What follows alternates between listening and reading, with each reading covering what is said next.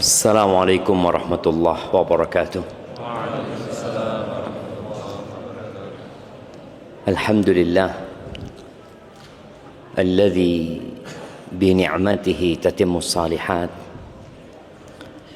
Segala puji bagi Allah Jalla Jalaluh yang karena nikmatnya kebaikan-kebaikan menjadi sempurna. Di antara nikmat agung yang Allah berikan kepada hamba adalah nikmat bisa hadir ke majelis ilmu, datang menuntut ilmu, di mana Rasul sallallahu alaihi wasallam mengatakan, man yuridillahu bihi khairan yufaqihu fid din. Barang siapa yang Allah menginginkan kebaikan buat dia, jadi tanda, indikator Allah ingin kebaikan buat seorang hamba, yufaqihu fiddin. Allah bikin orang itu memahami agama, belajar, mengkaji, dan harapan dari ilmu yang didapatkan adalah untuk diamalkan dalam kehidupan ini. Allahumma salli wa sallim ala abdika wa rasulika Sayyidina wa maulana Muhammadin wa ala alihi wa ashabihi ajma'in. Amma ba'd. Malam ini tanggal berapa? Malam 26 Rajab 1447 Hijriah. Artinya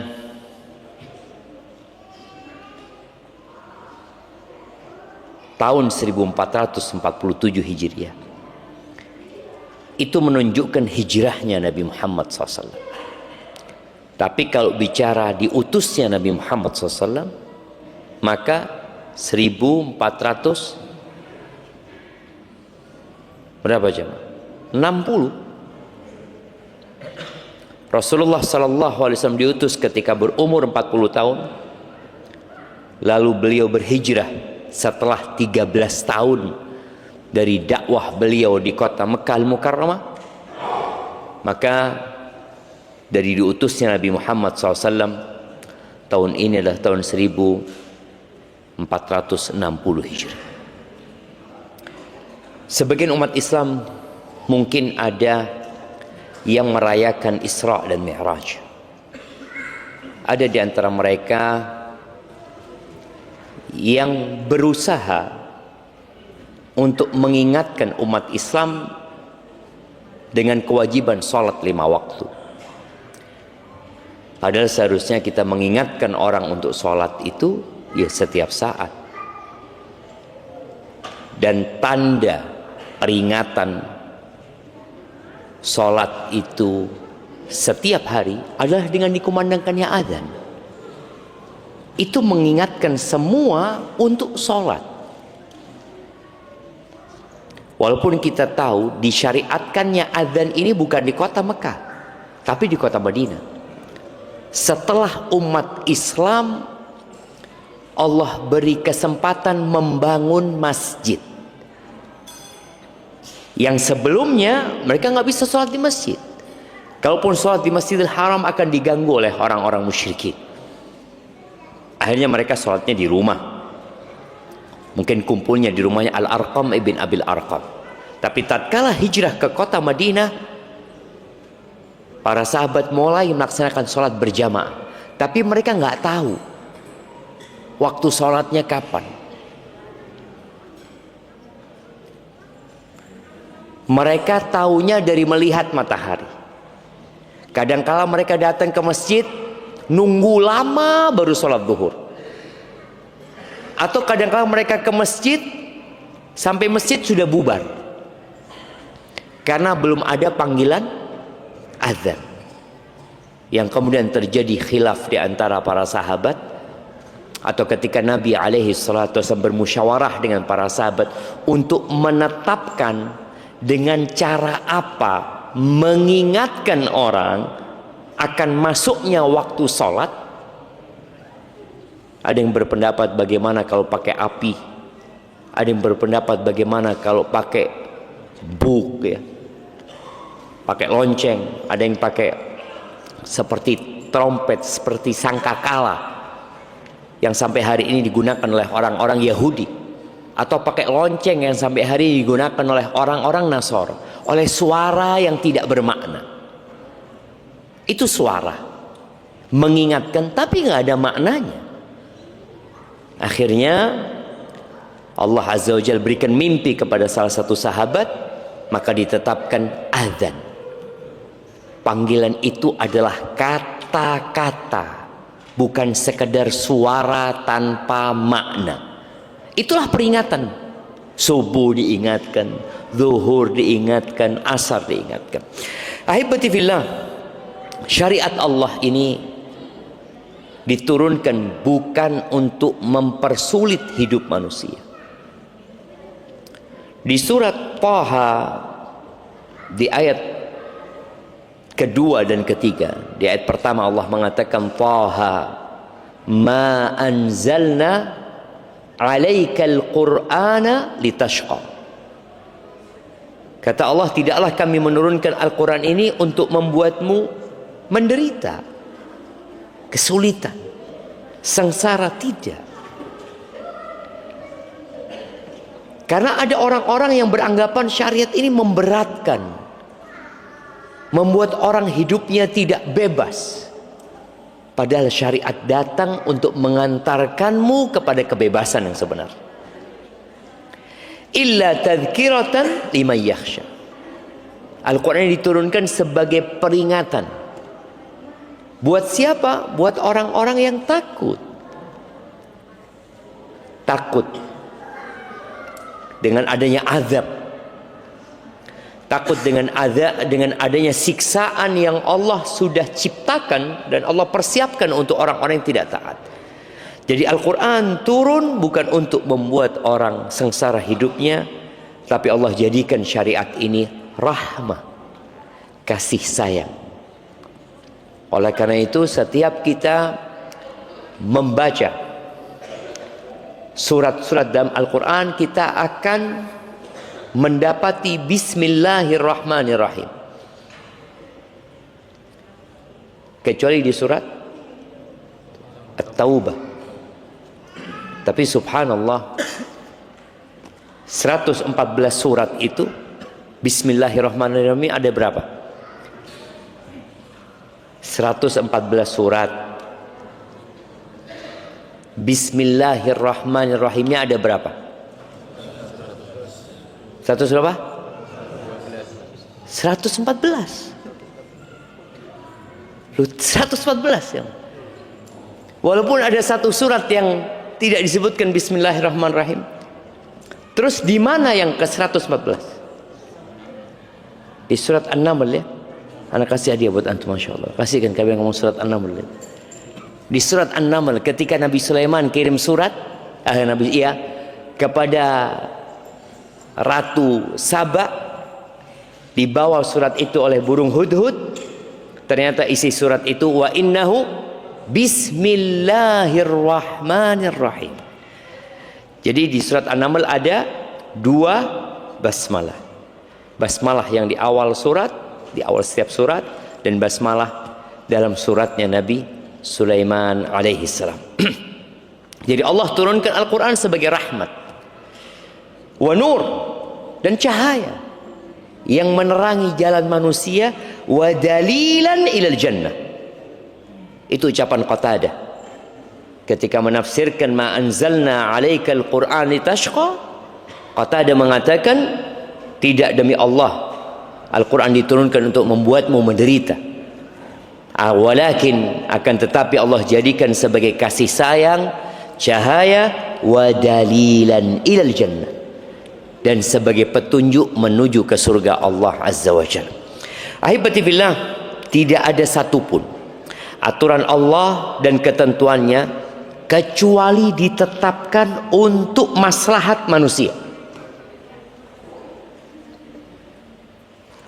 Tidak ada satupun ketetapan Allah, baik itu perintah atau larangan, melainkan untuk maslahat manusia, baik dalam rangka menjaga agamanya, atau menjaga jiwanya, atau menjaga akalnya. Kenapa khamr dilarang umpamanya? Kenapa narkoba dilarang? Dan kita lihat negara kita perang melawan narkoba.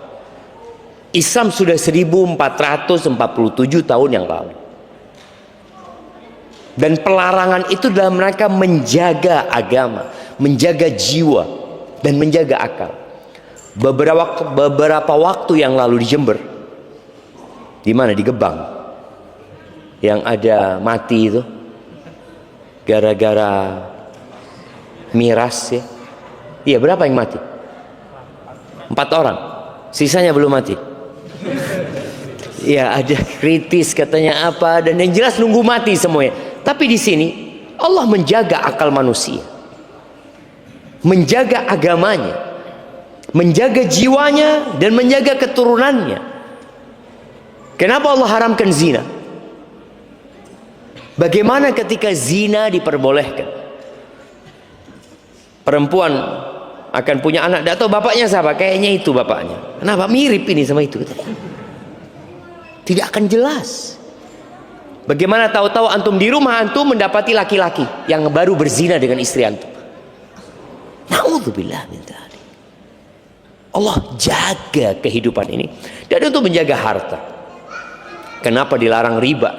Kenapa dilarang merampok, mencuri? Dan kalau kita melihat orang-orang yang akhirnya melakukan pencurian motor, rata-rata hasil curiannya itu apa dipakai untuk bayar SPP anaknya?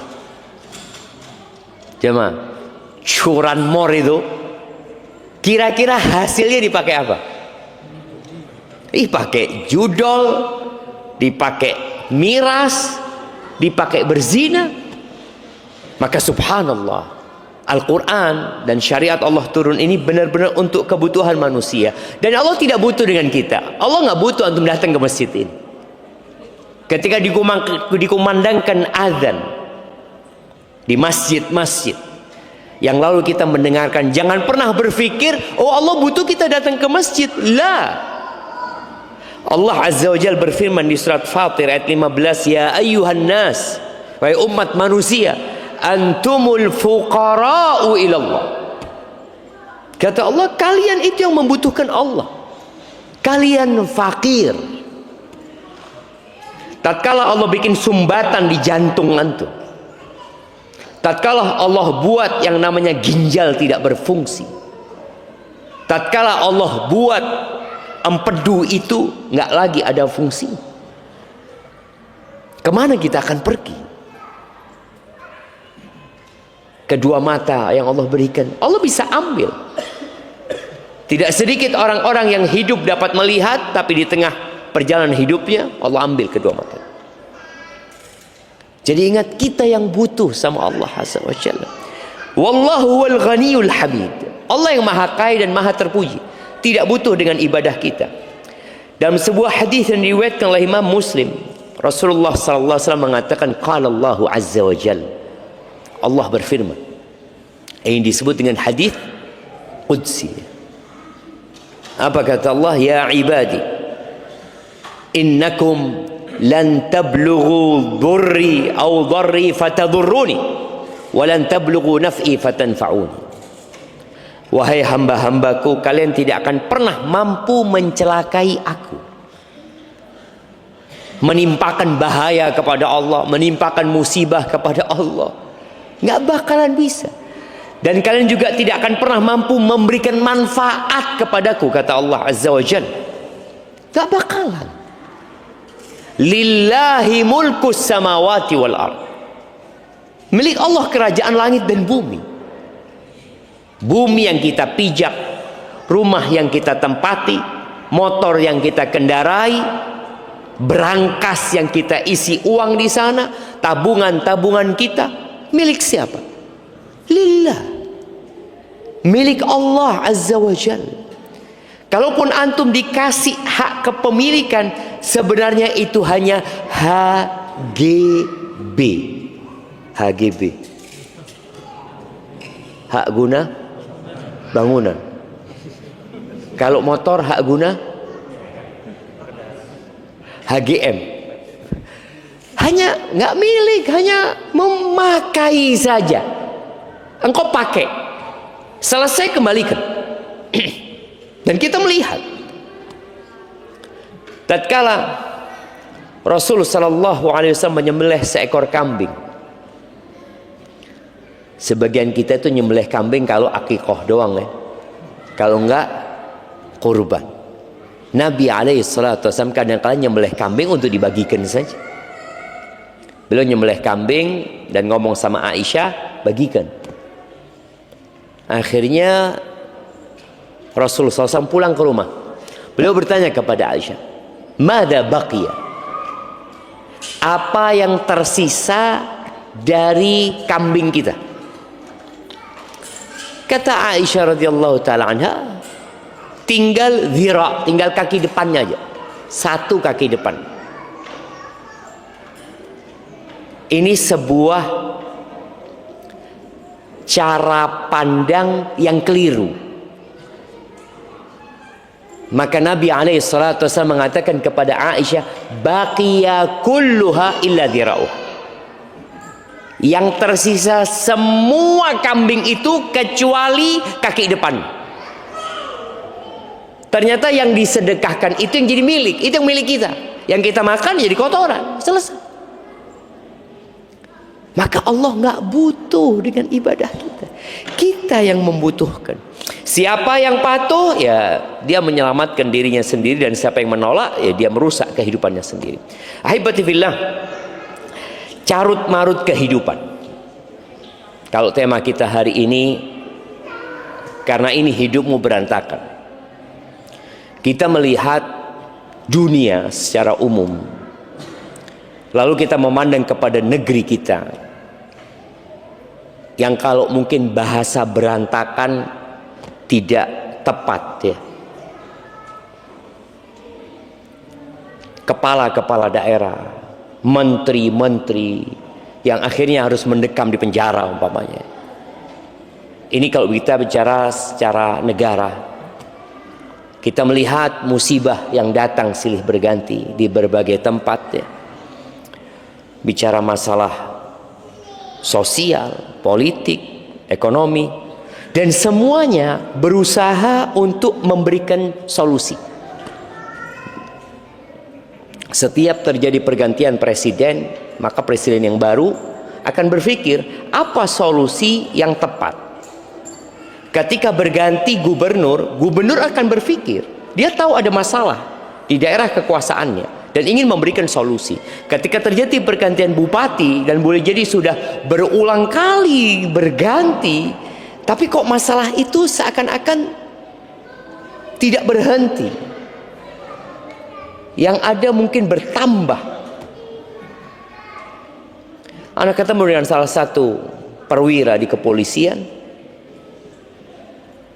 Dia menyebutkan bahwasanya hampir atau seluruh penjara yang ada di Indonesia itu overload.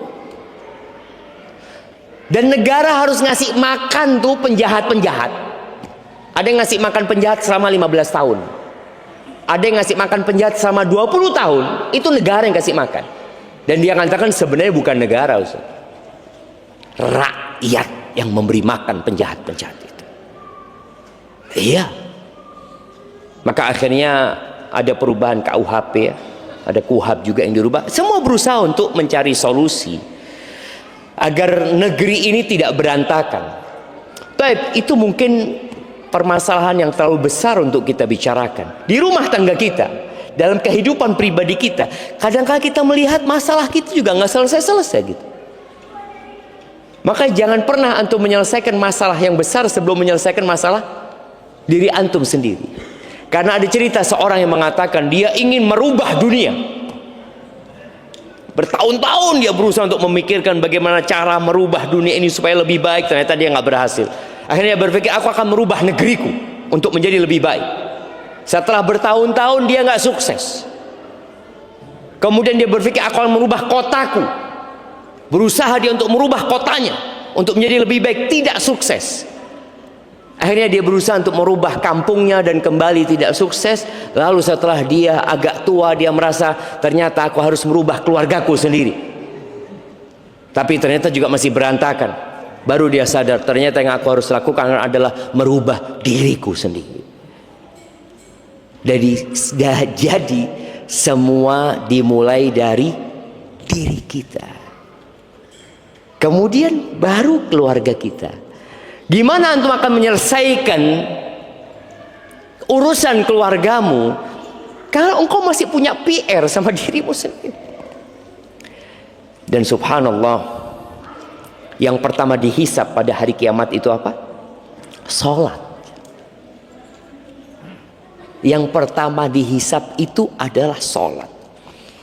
Dalam hadis yang diriwayatkan oleh Abu Dawud dan Tirmidzi dan Imam Nasa'i dari Abu Hurairah radhiyallahu taala anhu, Nabi alaihi salatu wasallam bersabda, Inna awwala ma yuhasabu bihil abdu yaumal qiyamati min amalihi salatuhu.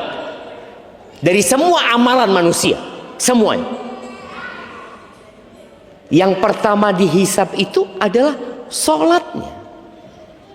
Engkau haji, engkau sedekah, engkau umroh, engkau puasa, engkau berzikir, engkau beristighfar, engkau menyambung silaturahim, engkau berbakti sama orang tua, apa saja yang engkau amalkan dalam kehidupan ini, yang pertama akan dihisab salatuhu,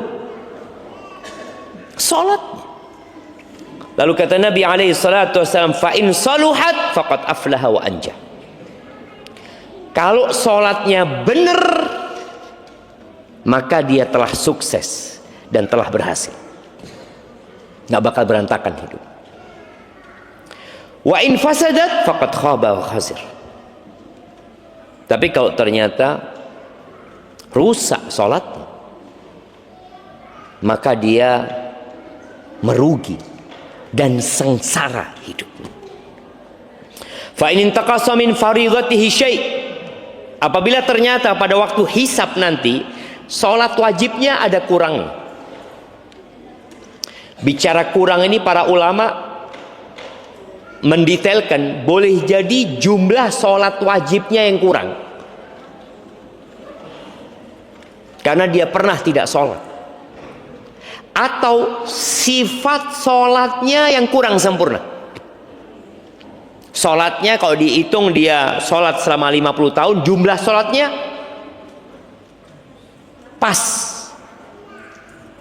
50 tahun.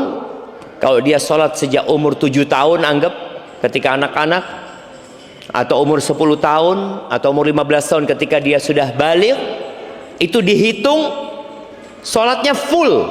Dia nggak pernah meninggalkan salat sama sekali. Tapi ternyata kurangnya bukan di jumlahnya, kurangnya di kualitas salatnya.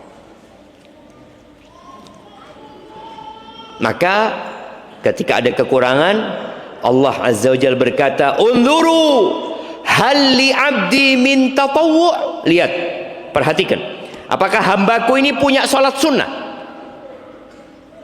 Ada sebagian kita yang salatnya cuma salat wajib ya, nggak pernah sunnah sama sekali.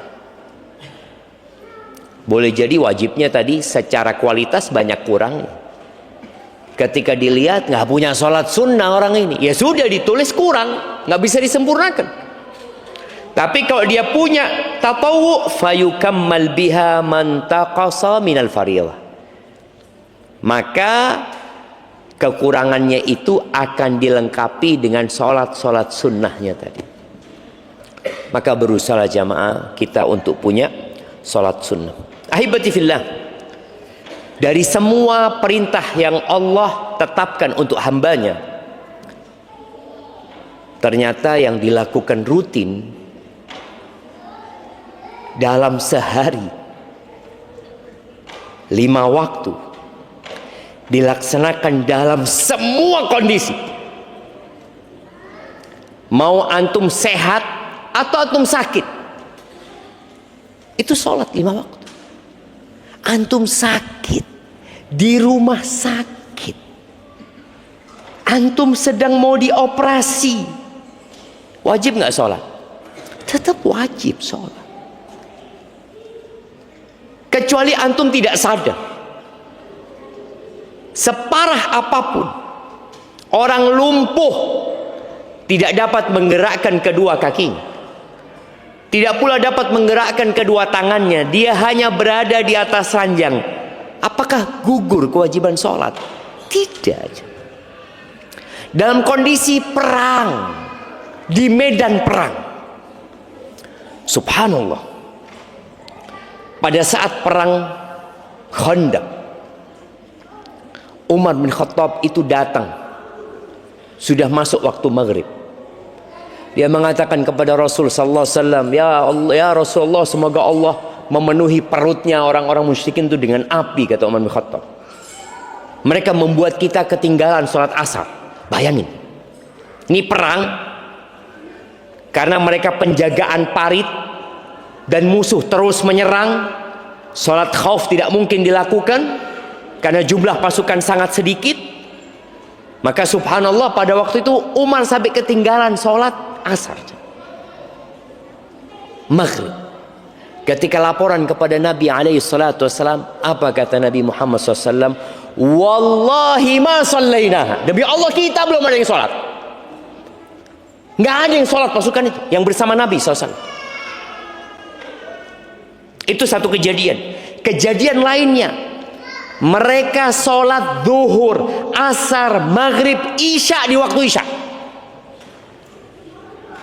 Kondisinya mencekam dan menakutkan. Itu terjadi, tapi nggak ada cerita yang meninggalkan sholat. Dalam kondisi perang pun tetap wajib sholat. Nabi juga mendoakan buat orang-orang musyrikin agar Allah memenuhi kuburan mereka dan rumah mereka dengan api. Gara-gara membuat para sahabat jadi nggak bisa sholat. Tapi tadi kewajiban tidak gugur. Antum naik pesawat wajib nggak sholat? Wajib. Naik kapal laut wajib sholat. Naik motor tinggal berhenti antum naik motor. Tapi subhanallah, dalam semua kondisi. Anda ingat dengan cerita Abdullah bin Unais.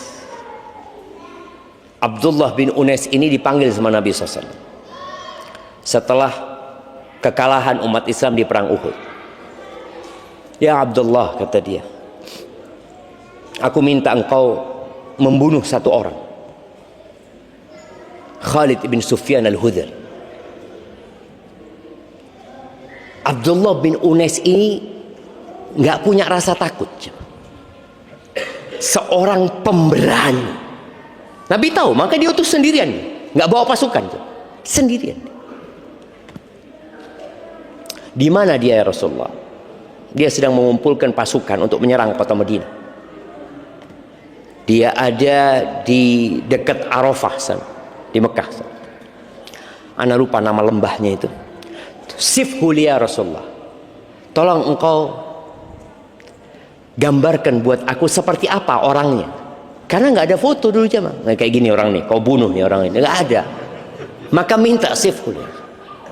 Karena sebelum peperangan terjadi lebih baik provokatornya dibunuh.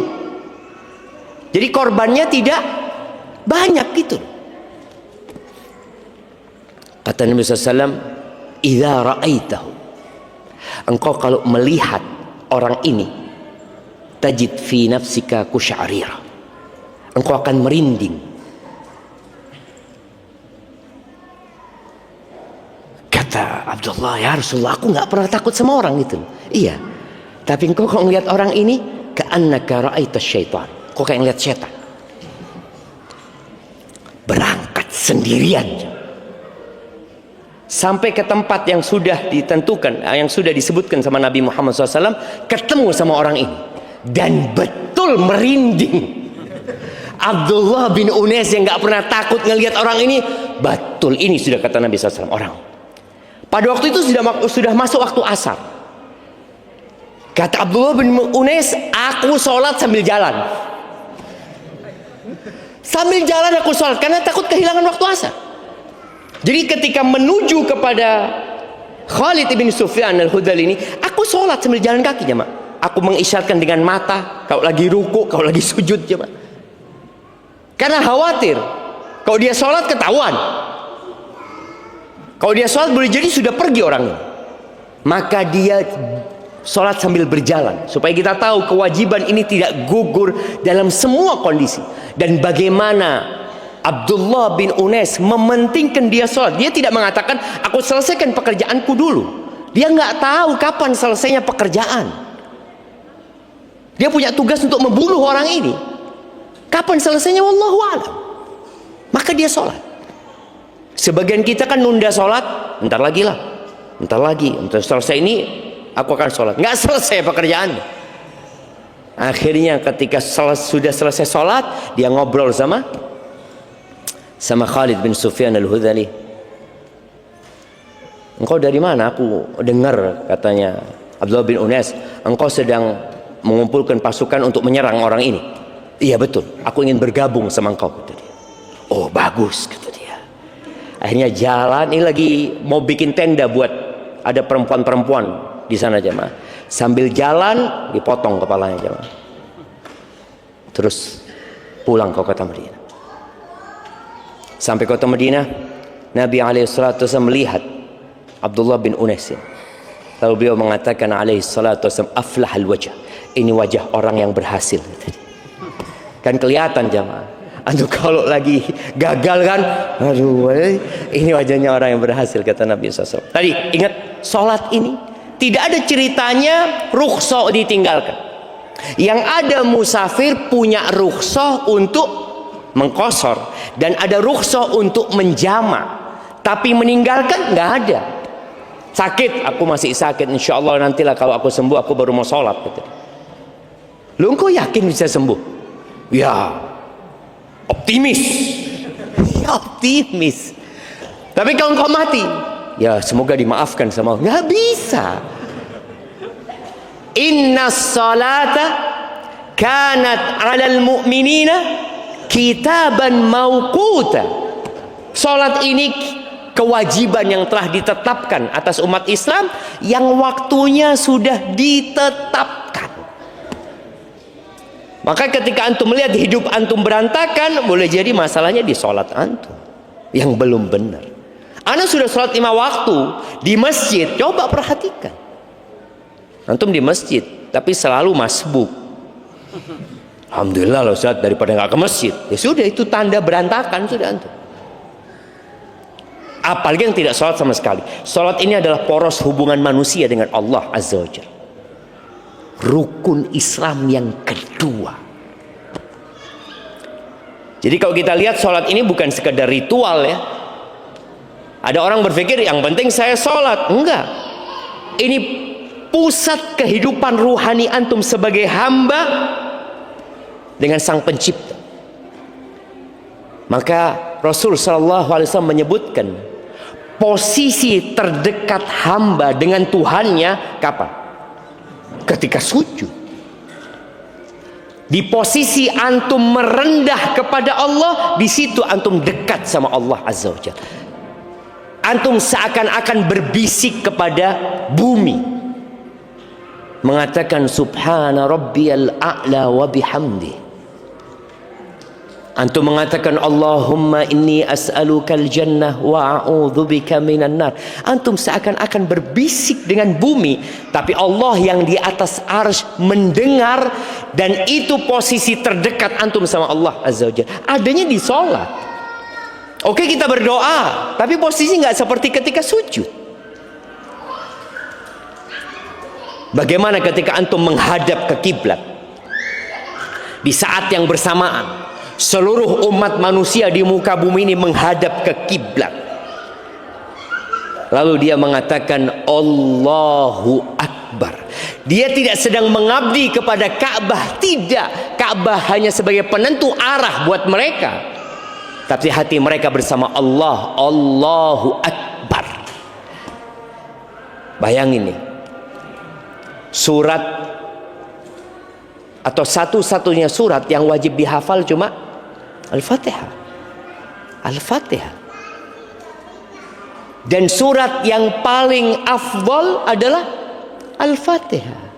Seakan-akan semua isi Al-Quran itu terangkum di Al-Fatihah. Disebut Ummul Kitab. Pusatnya kitab itu Al-Fatihah.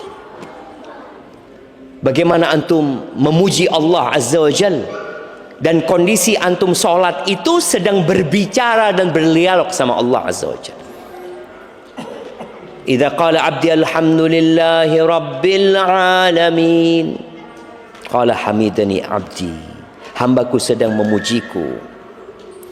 Ar-Rahmanir Rahim, athna alayya abdi, hambaku mengulangi pujiannya, sanjungannya kepadaku.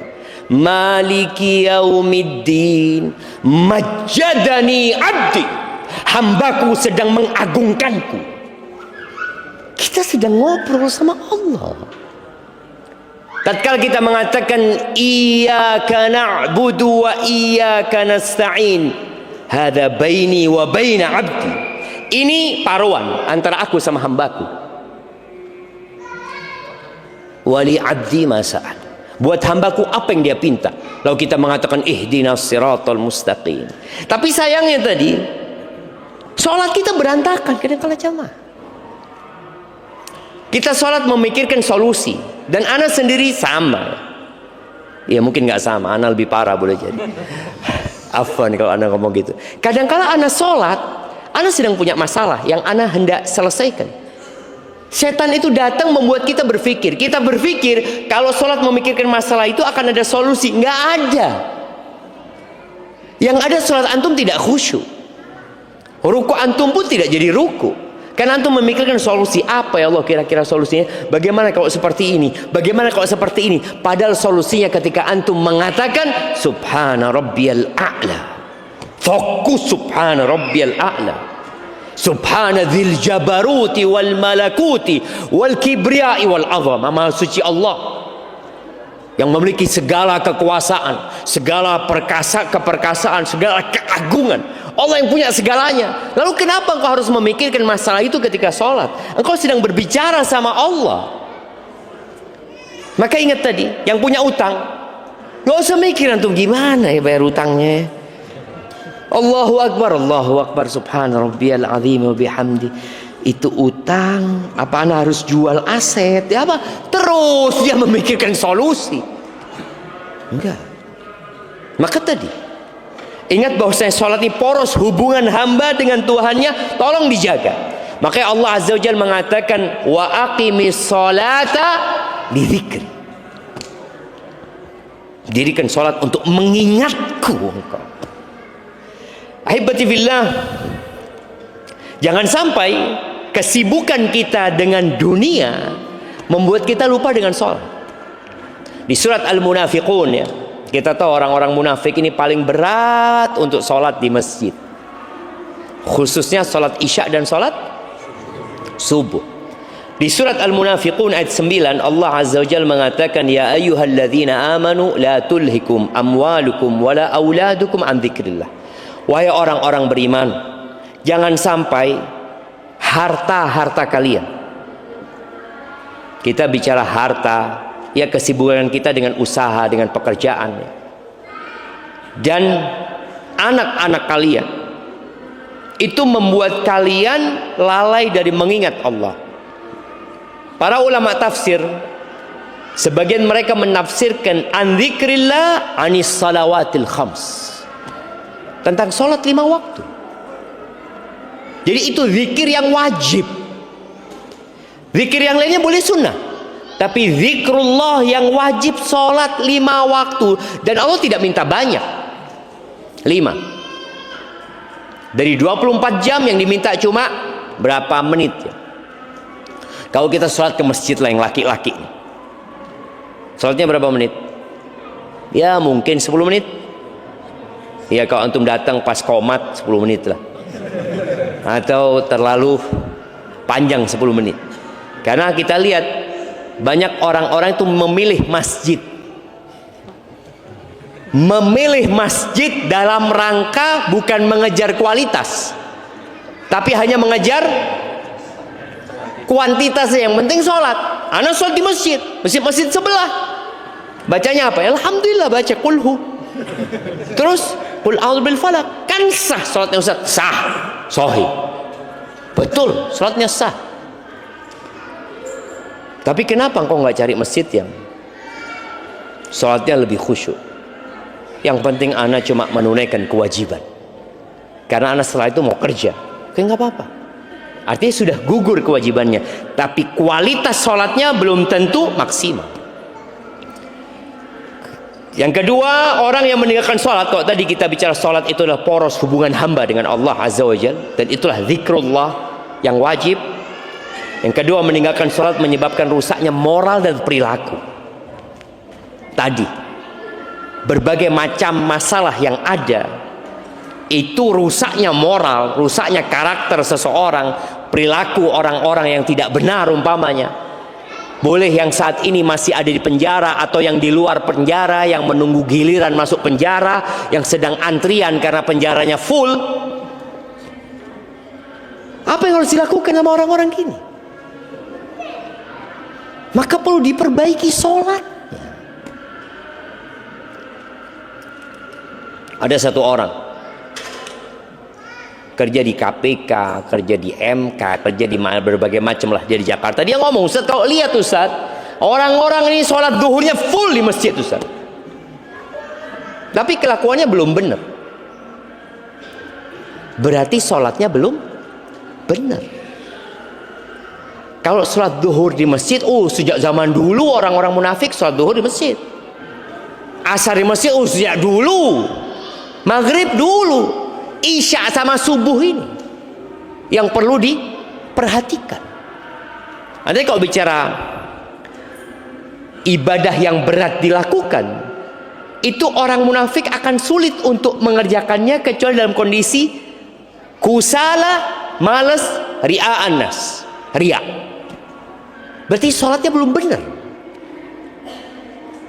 Fawailul lil musallin alladzina hum an salatihim sahun, alladzina hum yura'un. Celaka tuh orang salat. Wa yamna'unal ma'un. Kenapa mereka celaka salat? Yang pertama, mereka asal-asalan salatnya. Yang kedua, riya. Yang ketiga, tidak baik dengan manusia. Wa yamna'unal ma'un. Tetangganya pinjem barang yang sebenarnya nggak akan berkurang. Contoh pinjem selang. Kira-kira kalau selang dipinjem 5 meter, baliknya jadi berapa? Jadi 4 meter. Kan enggak jamaah, tetap 5 meter gitu. Tapi ada orang yang bakhil jamaah. Ada sholat itu tidak merubah perilaku dia, ada masalah sama dia. Allah Azza wa Jalla berfirman di surat Al-Ankabut ayat 45, Inna salata tanha anil fahsya'i wal munkar. Sesungguhnya salat itu mencegah dari perbuatan keji dan mungkar. Ana masih ingat ya, dengan Ustadz Jeffrey Al-Bukhari. Antum pernah dengar beliau ya? Taib, kita dengarkan adzan dulu.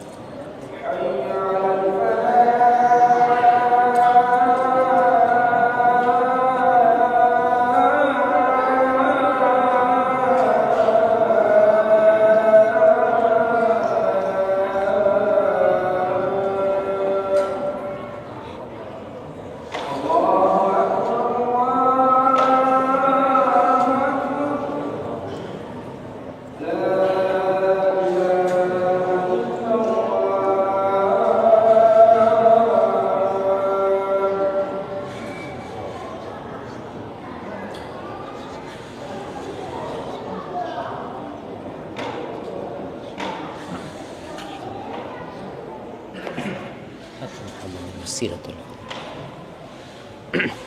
Allahumma salli wa sallim ala Muhammad. Ya, Ustaz Jeffrey Al-Bukhari rahimahullahu ta'ala, beliau sempat ngobrol sama ana waktu ana di Madinah. Dia sempat rusak, dia ngomong. Sempat akhirnya salah pergaulan. Tapi dia ngomong, satu yang gak pernah ana tinggalkan, sholat, kata dia. Jadi pada saat dia sama kumpul sama teman-teman yang gak benar, ketika masuk waktu sholat, ana mesti sholat, kata dia. Karena ana ingat sama pesan ibu ana gitu loh. Abahnya sudah meninggal, kata dia. Terus kata dia, itu akhirnya dia Allah kasih taubat ya, sehingga meninggalkan pergaulan itu. Dan Allah sudah menetapkan dalam surat Al-Ankabut ayat 45, inna salata tanha 'anil fahsya'i wal munkar. Salat itu, sesungguhnya salat itu mencegah dari perbuatan keji dan mungkar. Kalau salat nggak ada, seakan-akan antum berbuat itu nggak ada remnya.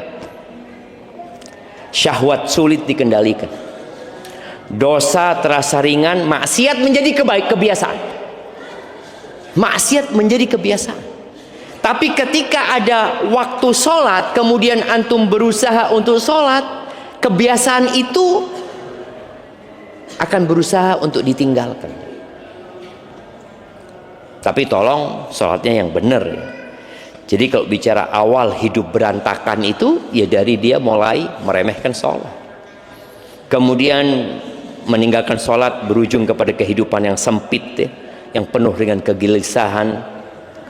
Karena memang tubuh manusia ini tercipta dari dua.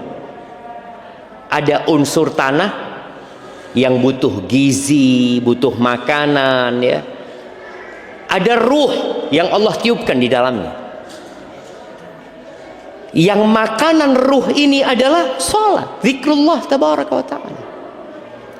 Makanya Allah Azza wa Jalla di surat Thaha ayat 124, setelah menyebutkan bahwasanya Allah akan turunkan peringatan dan petunjuk, faman ittaba'a hudaya fala yadhillu wa la yashqa, barang siapa yang mengikuti petunjukku maka dia tidak akan tersesat dan tidak akan sengsara hidupnya. Wa man a'rada an dzikri, barang siapa yang berpaling dari mengingatku. Dan mengingat, puncak dari mengingat Allah adalah sholat itu sendiri, rukun Islam. Kalau bicara puasa setahun sekali, haji seumur hidup sekali, zakat ya kalau sudah sampai nisabnya setahun sekali atau pada waktu panen, sholat tiap hari 5 kali. Maka barang siapa yang berpaling dari mengingatku, fa innalahu ma'isyatan dhanka, ya sudah berantakan hidup. Dia akan hidup menderita. Bukan berarti dia miskin ya, boleh jadi kaya, tapi hatinya gelisah, hidup penuh dengan konflik, tidak tenang meski bergelimang harta. Ini menjadi hal yang perlu kita renungkan bersama. Kita punya masalah, ada kondisi berantakan, ya sholat. Dan kalau bicara meninggalkan sholat, ini ciri-ciri kehancuran generasi. Generasi yang rusak itu yang nggak sholat. Kalau sudah nggak sholat, dia akan mengikuti syahwat. Allah berfirman di surat Maryam ayat 59, fa khalafa min ba'dihim khalfun, maka datanglah setelah mereka satu generasi. Ini setelah generasi para nabi, hamba-hamba Allah yang soleh. Apa kriteria generasi ini? Adha'us salata wattaba'us syahawati. 2, mereka menyia-nyiakan sholat, baik menyia-nyiakan dengan meninggalkan sholat secara total atau mereka sholatnya asal-asalan. Adha'us sholat, mereka tidak mendirikan sholat. Dampaknya apa? Wattaba'us syahawati, dan mereka mengikuti syahwat. Yang tadi seharusnya sholat mencegah dari perbuatan keji dan mungkar, gara-gara mereka menyia-nyiakan sholat, mereka akan mengikuti syahwat. Kalau syahwat sudah jadi pemandunya, guide-nya itu syahwat. Kalau antum berangkat wisata ke Bali atau kemana lah, terus yang menjadi pemandu antum itu syahwat, kira-kira diantarkan kemana? Diantarkan ke tempat-tempat yang baik? Tidak. Lalu kata Allah, fasaufa yalqauna ghayya, maka mereka akan menemui ghayya. Ghayya ini boleh jadi bermakna kesesatan, dan di antara para ulama ada yang menafsirkan ghayya, beberapa riwayat dari para sahabat yang mengatakan bahwasanya ghayya itu adalah wadin fi jahannam, lembah di neraka, min qayhin ba'idil qa'r khabithit ta'am. Lembah ini sangat dalam, jadi dasarnya itu sangat dalam sekali, rasanya sangat busuk. Akan dilemparkan ke tempat itu siapa? Orang-orang yang mengikuti syahwatnya. Kapan dia mengikuti syahwatnya? Ketika menyia-nyiakan sholat. Antum merasakanlah. Antum merasakan ketika antum sholat sudah tidak sempurna, posisinya antum akan mudah mengikuti syahwat. Sholat sudah nggak khusyuk, tadi sholat ya masbuk, yang awalnya sering sholat ke masjid, tahu-tahu sholatnya di rumah, ya kan tetap sah Ustadz. Oh iya, tapi di masjid antum dapat 27. Di masjid setiap langkah antum jadi pahala, jadi penghapusan dosa, diangkat derajat. Nabi aja sallallahu alaihi wasallam hampir-hampir membakar rumah orang-orang yang nggak jamaah ke masjid. Kalau bukan karena ada wanita dan anak-anak udah dibakar tuh. Maka tolong perhatikan sholat. Pokoknya kalau antum sholatnya bener, yakin urusan antum nggak berantakan. Kalau antum mengatakan anak sholat 5 waktu di masjid, belum tentu benar. Yang tahu dengan kualitas sholat antum dari antum. Orang tahu, oh fulan masya Allah Ustaz 5 waktu di masjid Ustaz, belum azan sudah di masjid. Jamaah pada pulang semua, dia belum pulang. Kenapa? Mikiri utang masih belum pulang dia, umpama seperti itu. Artinya ada masalah dia. Boleh jadi sholatnya mikirin utang, sholatnya pun dia sedang memikirkan hutangnya. Nah, kemudian meninggalkan sholat ini termasuk pembeda antara iman dan kekafiran. Jadi kalau bicara dosa besar, di antara dosa zina, minum, macam-macam itu jamaah, sholat ini, orang kalau meninggalkan sholat, keislamannya diragukan. Ada sebagian mengatakan muslim, ada yang mengatakan sudah keluar dari Islam, dia diminta untuk bertobat. Kalau tidak mau tobat, dipenggal kepalanya, murtad. Dalam mazhab Syafi'i enggak, dibunuh tapi tidak murtad, baik hukuman saja buat dia. Dan yang jelas kalau antum nggak sholat atau sholatnya berantakan, maka akan hilang berkah dalam kehidupan kita. Rumah tangga antum, kehidupan usaha dan kerjaan antum. Tapi kalau orang jaga sholat, apapun masalahnya, insya Allah bisa dikontrol. Sholat ini mengajarin kita disiplin. Waktunya ditetapkan. Sebelum waktu, umpamanya antum, ana mau sholat duhur Ustaz, insya Allah besok jam 10. Supaya apa? Supaya termasuk orang yang mensegerakan sholat, pahalanya lebih banyak. Nggak bisa. Antum mau sholat jam 10 nggak diterima.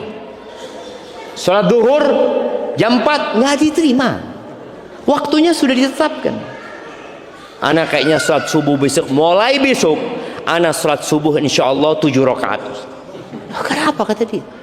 Anak banyak dosanya Ustaz. Ditambah dosa lagi untuk 7 rakaat. Karena sholat sudah ditetapkan jemaah. Barakallahu fiik. Jadi ahibati fillah, jangan pernah memutuskan hubungan sama Allah. Ingat ketika antum tidak sholat, antum memutuskan hubungan sama Allah Azza wa Jal. Antum mengundang kegelisahan dalam hidup antum. Antum sedang menghancurkan rumah yang antum bangun. Tadi bahasanya hidup antum akan berantakan. Tapi kalau sholatnya benar, semuanya benar. Ingat, bicara sholatnya benar itu bukan hanya bicara jumlahnya yang benar, bukan hanya pelaksanaannya di masjid, tapi bagaimana kita menghadirkan ruh dalam sholat itu dengan kekhusyuan itu sendiri. Barakallahu fikum. Taib, ini ada pertanyaan yang masuk. Assalamualaikum WRWB. Maaf Ustadz, izin bertanya. Antum kalau jawab kayak apa? Waalaikumsalam WRWB juga gitu jamaah. Ini jangan terlalu bakhil lah jamaah. Doa itu jangan disingkat. Assalamualaikum warahmatullahi wabarakatuh. Tentunya beda ketika antum menulis Assalamualaikum warahmatullahi wabarakatuh dan tulisan antum nanti ditimbang di mizan pada hari kiamat, berbeda dengan tulisan Assalamualaikum WRWB. Assalamualaikum warahmatullahi wabarakatuh berbeda dengan WRWB. Maka tolong ketika antum menulis, ingat dengan mizan, karena akan ditimbang apa yang antum sedang tulis. Maaf Ustadz, izin bertanya, gimana biar kita cepat umroh? Minta tutorialnya agar cepat umroh. Ya berangkat aja antum. Kalau cepat umroh ini kita tahu, ibadah umroh dan haji ini hanya untuk yang mampu. Antum bisa mendapatkan pahala umroh dan haji tanpa ke Mekah. Sholat subuh, duduk, berzikir sampai matahari terbit, kemudian sholat 2 rakaat, udah dapat pahala umroh dan haji yang sempurna. Itu kalau bicara pahala. Tapi kalau antum bicara anak ingin umroh Ustaz, anak ingin ke Mekah, anak ingin melaksanakan tawaf di Baitullah, anak ingin sa'i di sana, bagaimana supaya bisa cepat ke sana? Ya antum nabung. Nabung. Jangan berpikir seperti orang-orang yang ikut judol, kalau menang nanti saya mau umroh. Tidak jamaah. Karena ada orang-orang kayak gitu jamaah. Dia berpikir nanti saya mau umroh Ustaz, kalau menang gitu kan. Enggak. Jadi antum nabung, niat, dan semoga Allah mudahkan. Sambil terus berdoa ya. Dan anda doakan yang belum bisa berangkat umroh segera umroh jamaah. Bismillah, afwan Ustaz, izin bertanya. Qadarullah, bulan ini saya terkena efisiensi karyawan di kantor. Awal saya bekerja di perbankan selama 10 tahun. Lalu saya hijrah dan membuka usaha kecil-kecilan di rumah. Dan beberapa barang terjual untuk kebutuhan hidup karena penghasilan dari toko tidak cukup untuk biaya pendidikan dan rumah tangga. Lalu saya mendapat pekerjaan lagi di lembaga sosial. Harapan saya bisa bekerja sambil belajar untuk tabungan akhirat. Dan di tahun ini saya terdampak efisiensi karyawan sehingga harus diberhentikan. Pertanyaan saya, apakah ini merupakan dampak dari dosa-dosa saya di masa lalu dan keputusan-keputusan yang tanpa dipikir dan menyebabkan hidup saya berantakan? Mohon nasihatnya dan pencerahannya Ustaz. Iya, yang pertama Anda minta maaf sebelumnya buat teman-teman yang tatkala dia punya masalah, dia berpikir ini gara-gara masa lalu. Boleh jadi gara-gara masa lalu, tapi boleh jadi karena dosa antum hari ini. Jangan pernah berpikir antum sudah selesai. Sejak anak hijrah, anak sudah nggak pernah berbuat dosa Ustaz. Jadi kalau ada masalah, dosa masa lalu, masalah dosa masa lalu. Ini menunjukkan ada ujub di diri antum. Seakan-akan itu udah nggak berbuat dosa lagi gitu. Iya, maksudnya anak nggak berbuat dosa besar. Kalau dosa kecil masih terus-terusan Ustaz. Iya, dosa kecil ini kalau terus-terusan dilakukan jadi besar. Maka apa yang antum alami, antum harus meyakini itu terjadi karena takdir Allah Azza wa Jalla. 50.000 tahun sebelum penciptaan langit dan bumi sudah dicatat antum akan diberhentikan. Sudah ada. Tatkala antum diberhentikan, apa yang seharusnya antum katakan? Inna lillah, sesungguhnya kami itu milik Allah. Wa inna ilaihi raji'un, dan sesungguhnya kami akan kembali kepada Allah Azza wa Jalla. Lalu katakan, Allahumma ajurni fi musibati, ya Allah berikan pahala di musibahku ini, wa akhlif li khairan minha, dan berikan kepada aku ganti yang lebih baik. Ketika antum kena musibah, baca itu. Baik, yang kedua, Bicara rizki, ingat rizki antum bukan di tempat kerja itu. Rizki antum ada di langit. Di antara yang membuka pintu langit adalah beristighfar. Orang itu banyak berpikir ya harus bekerja. Iya, tapi tidak semuanya harus bekerja. Berapa banyak orang yang dapat rizki nggak kerja? Iya Ustaz, dia dapat warisan, ya alhamdulillah. Loh iya coba, ada kan orang nggak kerja. Ana masih ingat di Surabaya apa Sidoarjo, ada anak SMA aja. Tahu-tahu dia dapat kiriman di rekeningnya 475 miliar. Anak SMA, sudah kerja apa belum? Belum. Ternyata bapaknya mati. Dan itu pembagian warisan. Tapi setelah ditransfer itu langsung rekeningnya diblokir sama bank. Ini apa ini? Sahih. Tapi tadi ketika kita berpikir rizki itu dengan bekerja saja, enggak. Bekerja salah satu sebab mendapatkan rizki. Di antara pintu rizki itu adalah bertobat dan beristighfar. Nabi Nuh ketika berkata kepada kaumnya alaihi salam, "Faqultu astaghfiru rabbakum innahu kana ghaffara yursilis samaa 'alaikum midrara wa yumditkum bi amwal." Allah akan kasih buat kalian amwal, harta, wa banin, anak-anak, wa yaj'al lakum jannatin wa yaj'al lakum anhara. Allah akan buatkan untuk kalian sungai-sungai, kebun-kebun. Istighfar. Maka tadi buat teman-teman yang punya masalah selesai sholat, duduk istighfar. Ada istighfar setelah sholat yang 3 kali, ada istighfar umum. Antum duduk. Dan usahakan antum punya waktu istighfar. Yang duduk istighfar, enggak, saya istighfarnya sambil jalan, enggak apa-apa. Sambil jalan, sambil nyapu, tapi antum perlu punya waktu yang menghayati istighfar antum. Bagaimana Abdullah bin Umar bin Khattab radhiyallahu taala anhuma menghitung, atau sahabat yang lainnya juga. Rasulullah sallallahu alaihi wasallam sekali duduk beliau mengatakan, "Rabbighfirli wa tub alayya innaka antat tawwabur rahim." Rabbighfirli wa tub alayya innaka antat tawwabur rahim. 100 kali ya. Sekali duduk. Antum coba lakukan itu.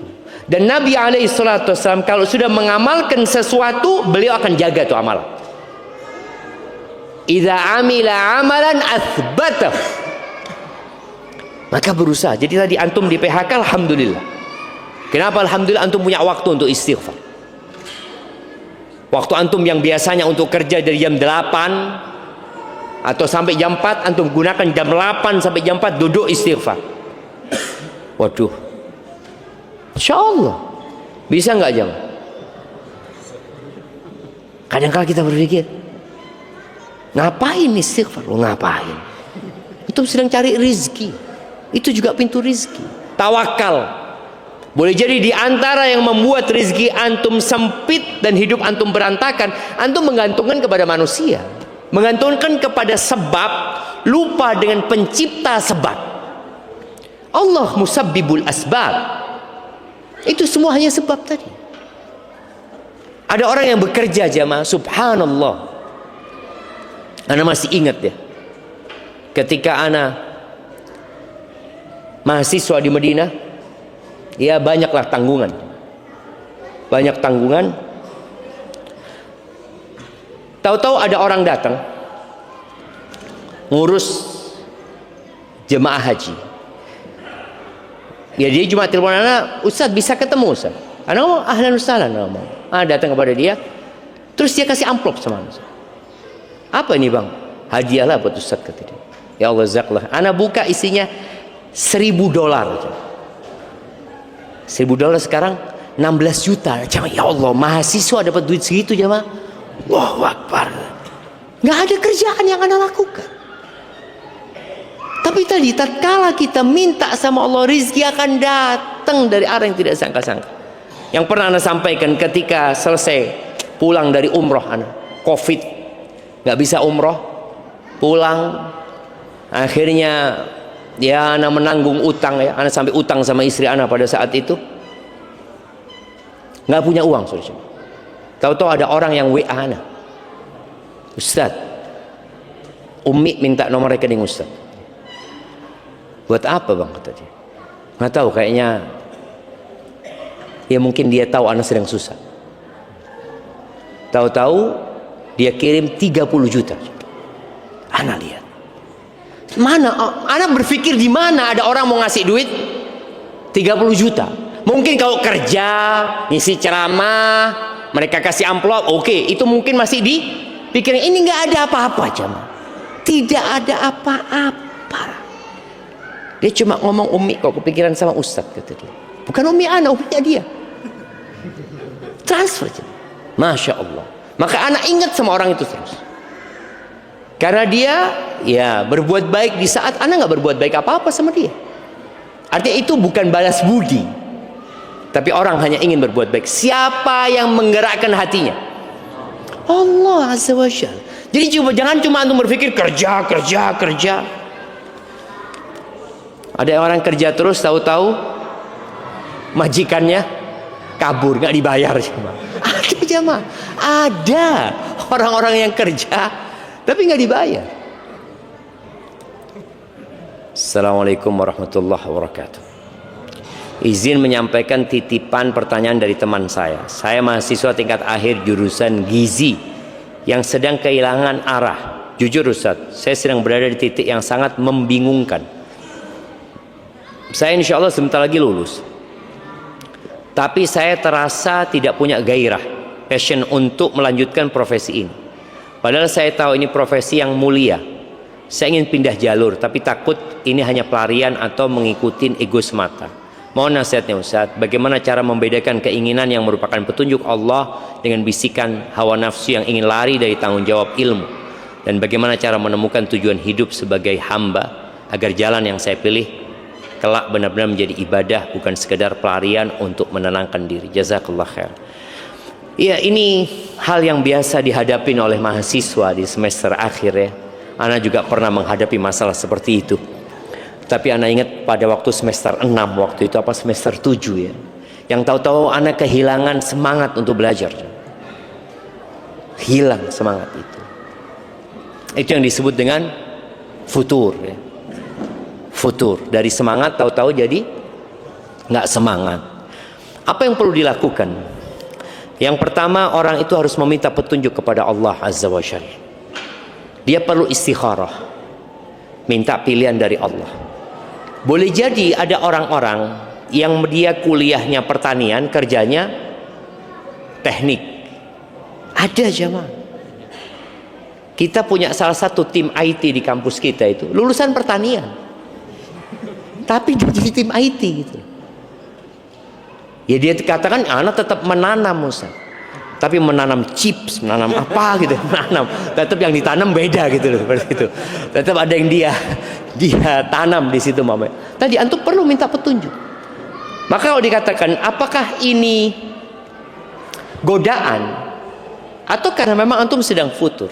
Kalau bicara gizi, mungkin antum akan bisa memberikan manfaat yang banyak buat orang lain.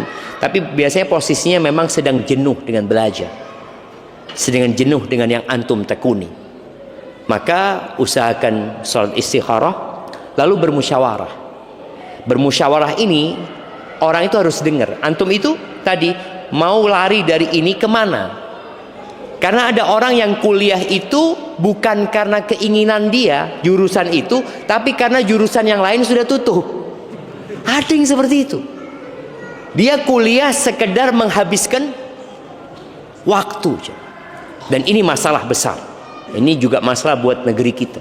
Dulu lulus SD langsung bekerja. Dulu lulus SMP langsung bekerja. Lulus SMA, Masya Allah jemaah. Sekarang S2 nggak kerja. S2. Masalahnya apa? Jadi kadang-kala masalahnya memang ya orang berpikir saya harus jadi pegawai di tempat itu. Akhirnya kalau bicara jadi pegawai, kalau tempat itu sudah full, nggak bisa aku bekerja di tempat itu. Terus di sana juga penuh, PT itu sudah penuh, nggak ada. Tadi yang terkena efisiensi itu harus keluar juga. Karena kita berpikir bekerja itu harus ikut orang. Enggak. Boleh jadi antum yang di PHK, antum yang tidak diterima melamar pekerjaan, Allah sediakan buat antum usaha. Jadi berpikirlah, kalau saya nggak bisa diterima di tempat itu, ya saya akan usaha. Seorang sahabat yang datang kepada Nabi alaihissalatu wasallam mengeluh dia tentang kebutuhan hidupnya, yang akhirnya Nabi berikan kepada dia apa? Kapak dan tali. Cari kayu sudah. Apakah sekarang mungkin mencari kayu?